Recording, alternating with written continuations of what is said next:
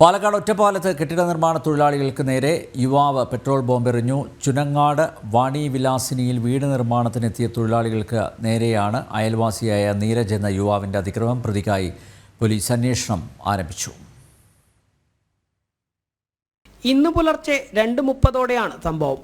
കെട്ടിട നിർമ്മാണ തൊഴിലാളികളായ കോഴിക്കോട് സ്വദേശി പ്രജീഷ്, ജിഷ്ണു എന്നിവർ ഉറങ്ങുമ്പോൾ തൊട്ടടുത്ത വീട്ടിൽ താമസിക്കുന്ന നീരജ് ഇവർക്ക് നേരെ പെട്രോൾ ബോംബ് എറിയുകയായിരുന്നു. വലിയ ശബ്ദം കേട്ട് ഓടിക്കൂടിയ വീട്ടുകാരും നാട്ടുകാരും ചേർന്നാണ് ഇരുവരെയും ആശുപത്രിയിൽ എത്തിച്ചത്. പരിക്കേറ്റ ഒരാളുടെ നില ഗുരുതരമാണ്. രാവിലെ കിടന്നുറങ്ങായിരുന്നു. വന്നപ്പോൾ പെട്ടെന്നൊരു ശബ്ദം കേട്ടിട്ട് ഫുള്ള് തീയ ചാടിക്കിടന്നതാണ് പുറത്തേക്ക്.